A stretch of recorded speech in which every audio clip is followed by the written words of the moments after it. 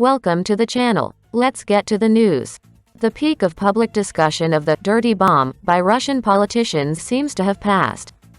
But there is reason to believe that in the next weeks or month the topic will resurface again, and most likely in a practical way. Russian troops continue their slow retreat from the left bank of the Dnieper River in the Kherson region, and the military situation in Ukraine is not good for Russia. Vladimir Putin and his entourage have demonstrated in every way their willingness to sit down at the negotiating table, although not on the terms of capitulation and surrender of all occupied territories, including Crimea, as Ukraine insists on. As the Russian leadership sees it, Vladimir Zelensky is not an independent figure, so he will do whatever the West tells him to do. And the West, in the logic of the Russian president, is cowardly and calculating. Therefore, what should be done to make the EU and US leaders force Zelensky to negotiate? Scare them with the prospect of a nuclear catastrophe. This can be done by sabotage, the result of which will be radiation contamination. It may be quite small, as long as it is detected in Europe. According to Putin's logic, this would be enough for Macron, Scholz and other European politicians to initiate talks between Ukraine and Russia. The logic is debatable, but Vladimir Putin will apparently act on it.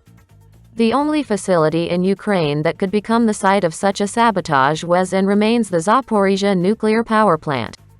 For now it is under Russian control. But it can be liberated before the end of the year. There is less and less room for maneuvering for Putin. What is a dirty bomb and how is it constructed? A more accurate term is radiological weapon. Theoretically, it could consist of a container with a radioactive substance that, when detonated with a conventional explosive, contaminates the environment. Another option is a nuclear weapon with enhanced radioactive contamination of the area. For this purpose, a shell, tamper, made of a substance that, under neutron irradiation, produces sufficiently active and at the same time sufficiently long-lived isotopes can be added to an ordinary charge. The hypothetical idea of such a weapon, also known as a cobalt bomb, was proposed in the 1950s by the American physicist Leo Szilard. In such a bomb, a tamper of naturally stable cobalt-59 would be transformed by neutrons into radioactive cobalt-60. If detonated in the stratosphere, such a weapon would contaminate the entire globe in a matter of weeks.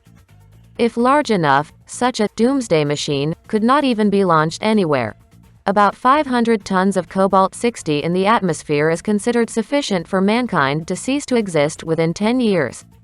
Andrei Sakharov, one of the creators of the Soviet thermonuclear bomb, was said to have proposed a similar idea.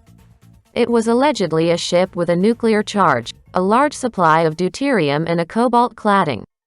If detonated off the US coast, it would have permanently contaminated vast areas. However, Sakharov himself, who acknowledged his authorship of other, no less terrifying ideas, did not mention the cobalt ship. Are there any known cases of dirty bombs? In the strict sense of the word, radiological weapons were neither created nor used. However, any nuclear explosion in the atmosphere or water is to some extent a dirty bomb. Nuclear reactions leave behind many radioactive fission products. In addition, nuclear and, especially, thermonuclear explosions partially transform atmospheric nitrogen into the radioactive isotope carbon-14 under the influence of neutrons. In a sense, any nuclear incidents and accidents with a level 4 to 5 or higher on the INES scale can be considered analogous to dirty bombs. Which countries have a dirty bomb in their arsenal? According to official data, no country in the world has a dirty bomb as a conventional warhead. In fact, the dirtiest weapons are high-yield, megaton-class thermonuclear weapons, especially when detonated by ground or low-altitude detonation. Is it true that a dirty bomb can be assembled by anyone from relatively available materials? Not really. For a dirty bomb, in the broadest sense, any radioactive material is suitable. For example, crude nuclear fuel, isotopes used in medicine and technology, as well as nuclear reactor waste.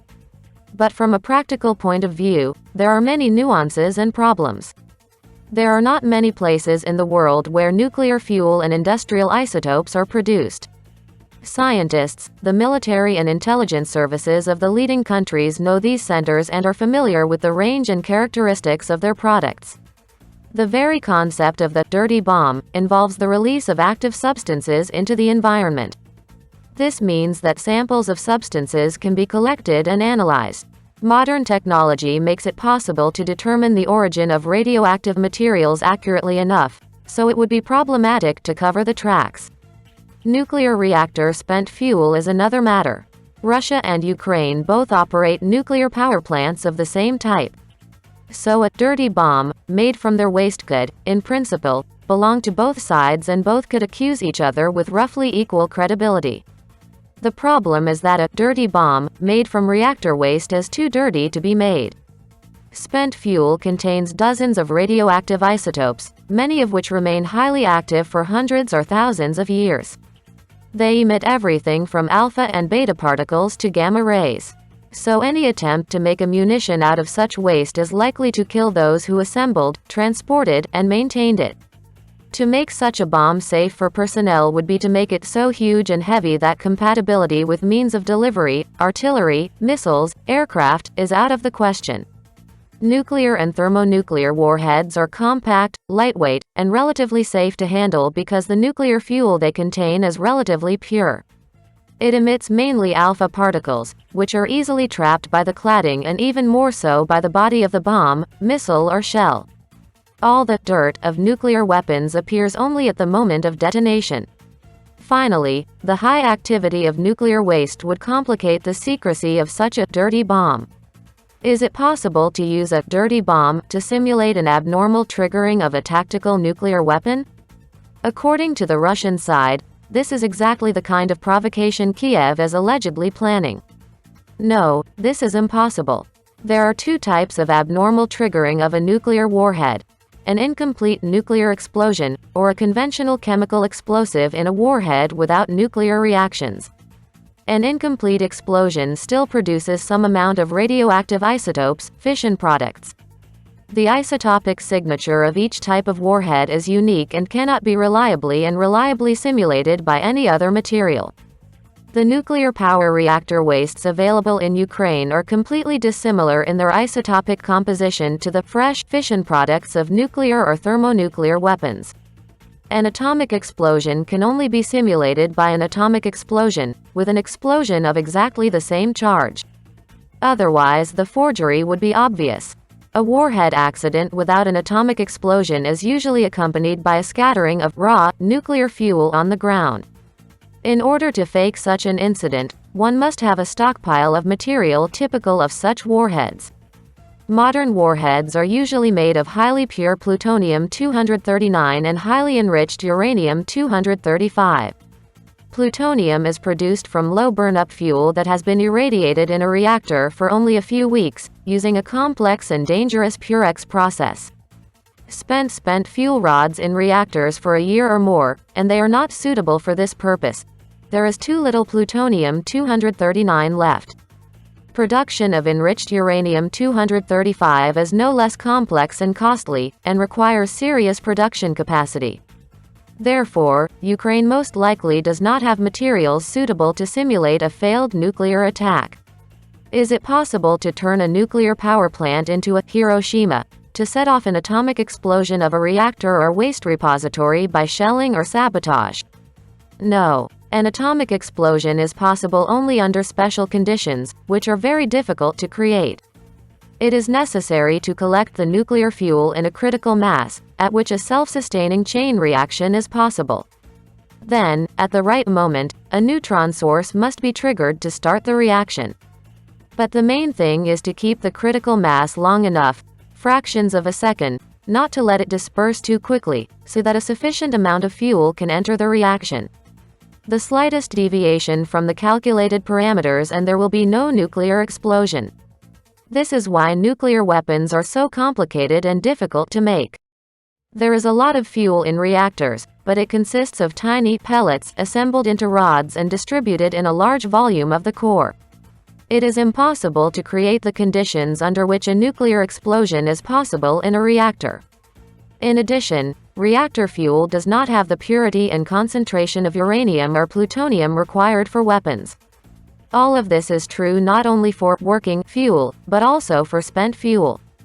It is possible to disrupt the cooling of a reactor or repository by firing or sabotage. It is possible to partially destroy them, but this would require a high-power explosion.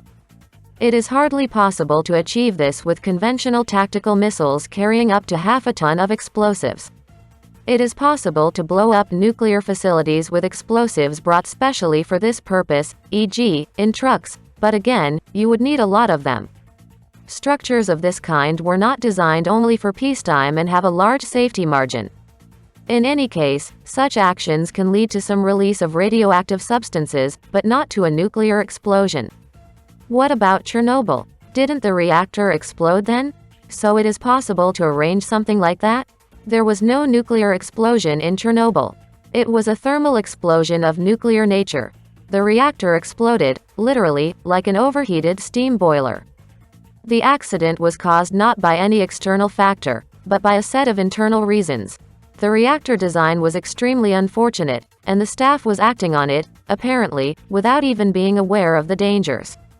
A repetition of such a situation is unlikely even with reactors of the same type. All of them had been upgraded to take into account the causes of the 1986 accident. In Ukraine there are reactors of another type, the VVER-1000. They are structurally protected against uncontrolled acceleration even in case of cooling failure. So, let's exhale and disperse? There will be no dirty bombs. I would like to believe so, but it is too early to relax until the ZNPP is released. The problem is that the dirty bomb, no matter who or what form it might take, is a terrorist rather than a military weapon.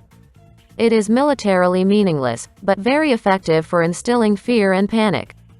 Just as a nuclear charge initiates a thermonuclear reaction, a dirty bomb can initiate a new round of psychological warfare and escalate the conflict. A large explosion and real contamination of entire continents is not necessary for this.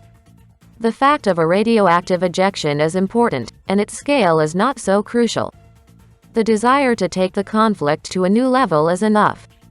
Or to scare the European and American politicians so much that they begin to insist on peace talks between Ukraine and Russia. Thanks for watching. See you soon.